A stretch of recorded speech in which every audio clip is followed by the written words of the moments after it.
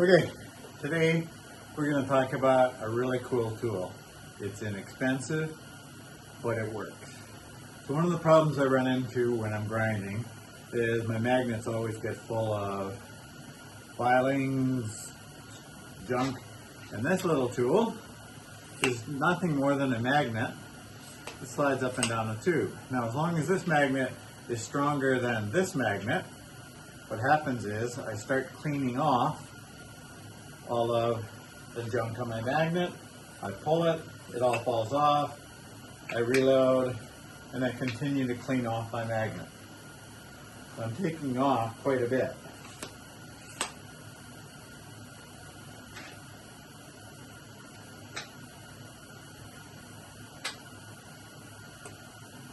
And at the end, I have a nice clean magnet again to keep grinding with. And all of the filings have gone into the bucket.